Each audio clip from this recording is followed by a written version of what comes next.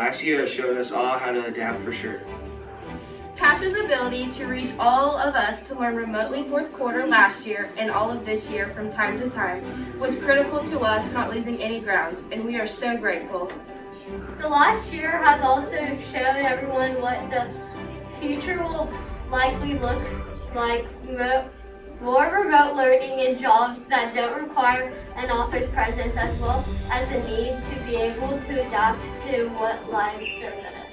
Keeping pace with technological advances will help us be great. Thank you. We appreciate you.